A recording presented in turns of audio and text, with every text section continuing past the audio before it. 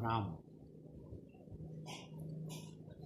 गुरुपद मृदुरज मंजुल अंजन, नयन अमीय दृगदोष विभंजन। श्री रामचरितमानस में गोस्वामी तुलसीदास जी ने मानस की रचना के पहले गुरु की आराधना की है, गुरु की प्रार्थना की है, गुरु को स्मरण किया है और उनको बारंबार प्रणाम करते हुए उन्होंने लिखा है कि गुरु के चरणों की रज बहुत ही कोमल नयनामृत अंजन के समान होती है। एक ऐसा अंजन जो आँखों के लिए अमृत की तरह होता है और इससे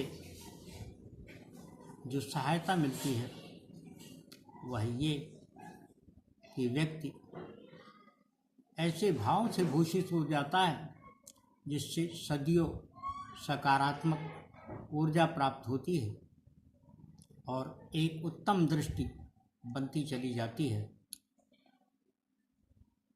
नयन अमीय दृग दोष विभंजन, सारे दोष दूर हो जाते हैं, आंखों में अमृत भर जाता है। प्रशंसा किसी भी ऐसे व्यक्ति की सबसे अच्छी सहायता होती है, उसके प्रति सर्वश्रेष्ठ योगदान होता है जो अच्छा कार्य करता है। यह हो सकता है कि अच्छे कार्य के बारे में लोगों की अपनी अपनी धारणाएं हों, अपनी अपनी मान्यताएं हों, अपने अपने सोच हों, अपने अपने मूल्य हों, अपने मापदंड हों, लेकिन हमें सहज रूप से यह समझना चाहिए कि ऐसा कोई भी कार्य जो सर्वहिताय हो, सर्व कल्याण के लिए हो, लोकहित के लिए हो, वह सदियों प्रशंसनीय होगा।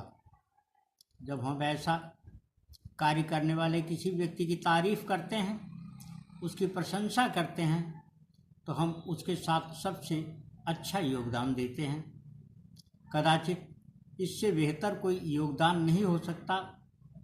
इसकी वजह यह है कि सही कार्य करने वाला व्यक्ति अपनी सही प्रशंसा से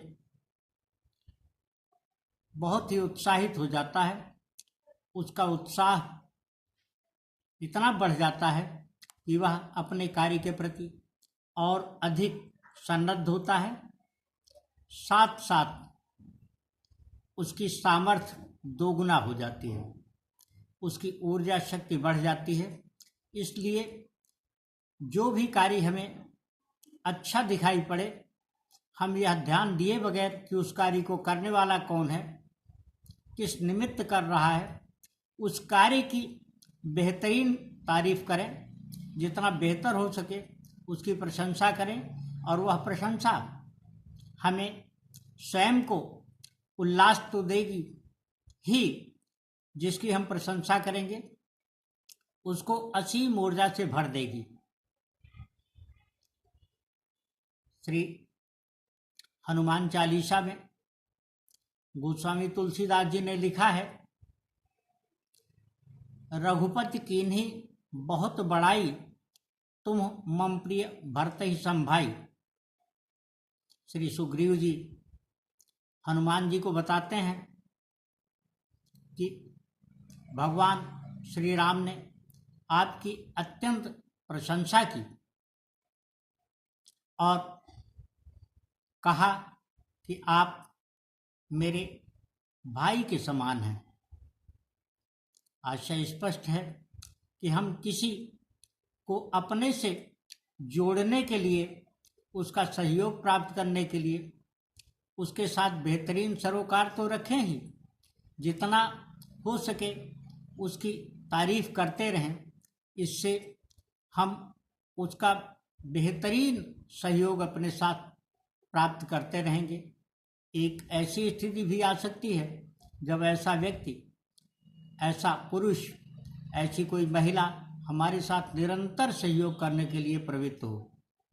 इसलिए यह बात ध्यान में रखे जाने की आवश्यकता है कि हम कभी, जब तक बहुत आवश्यक न हो, किसी की आलोचना से बचें और किसी भी व्यक्ति में जो अच्छे गुण हैं उसे प्राप्त करने की और लेने की कोशिश करें। हम उसे ग्रहण करें, उसे आत्मसात करें और जहाँ तक संभव हो सके इस बात का यत्न करें कि हम उसके अनुकूल कार्य करेंगे। ऐसा संकल्प मन मस्तिष्क में होना चाहिए।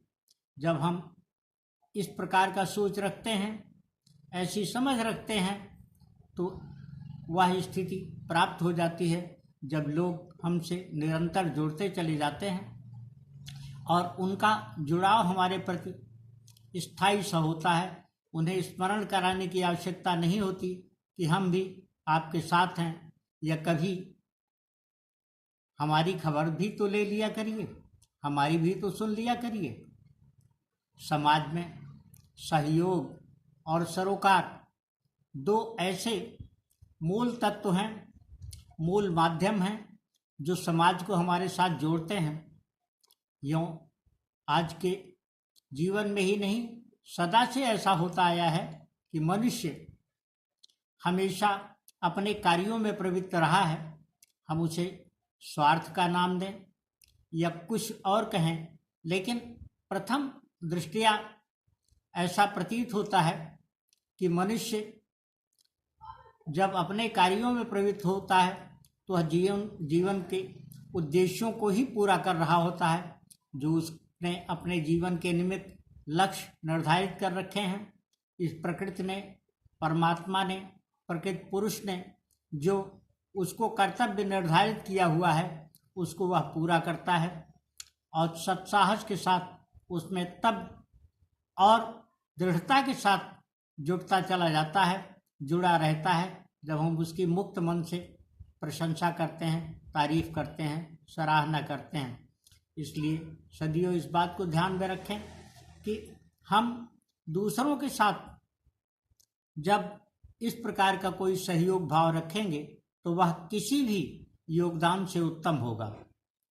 क्योंकि हम जब उचित समय पर किसी व्यक्ति की प्रशंसा से आगे जाकर के उसका अच्छे कार्य के लिए सहयोग करते हैं, समर्थन करते हैं, तो वह और अधिक उन्नत सोच का और भी बढ़िया समझ का होता जाता है और इससे जो परिष्करण उसके मन मस्तिष्क में होता है वह उसे बहुत ही शक्ति से संपन्न कर देता है। उसकी ऊर्जा दिन रात बढ़ती जाती है और उसका परिणाम ये होता है कि वह न केवल स्वयं के लिए, न केवल अपने दायित्वों की प्रतिपूर्ति के लिए, न केवल हमारे लिए बल्कि समूचे समाज के लिए बहुत उपयोगी होता चला जाता है। इसलिए इस बात का सदियों ध्यान रखा जाए और रखा जाना चाहिए कि हम किसी भी व्यक्ति के अच्छे कार्य की प्रशंसा तो करें ही, उचित समय आने पर उसको सही समर्थन दें। परिणाम ये होगा कि हम किसी व्यक्ति को अधिक ऊर्जाशील, किसी व्यक्ति को अधिक प्रतिबद्ध, किसी व्यक्ति को अधिक समर्पित बना सकेंगे। भले हमारे स्वयं के पास ऐसा कार्य करने की किसी वजह से सामर्थ्य न हो, किसी कारण उसके पास इतना समय न हो, अपने दायित्वों की प्रतिपूर्ति में उसको इतना समय जाया करता हो कि उसे उनसे फुर्सत ही न मिलती हो, लेकिन वह भी हमारे लिए उपयोगी होता जाएगा। उस अवस्था में जब हम ऐसे किसी व्यक्ति की सराहना करेंगे, सही सराहना होनी चाहिए। सराहना में कभी किसी प्रकार की फ्लैटरी या चापलूसी का भाव नहीं होना चाहिए। किसी भी व्यक्ति की प्रशंसा गलत नहीं की जानी चाहिए। अगर उसके किसी कार्य में हमें प्रशंसा दिखती है तब हम उसकी प्रशंसा करें। एक ऐसी स्थिति भी हो सकती है जब हम उसको सुधारने के बारे में कुछ बेहतर सोच रखें, कुछ बेहतर समझ रखें, किंतु ऐसा कभी नहीं होना चाहिए कि हम उसमें त्रुटियां तलाशते रहें, उसमें खामियां तलाशते रहें, और जब हम ऐसी स्थिति बना लेंगे तो हम देखेंगे कि हम लोगों के लिए अधिक उपयोगी होते जा रहे हैं। राम राम।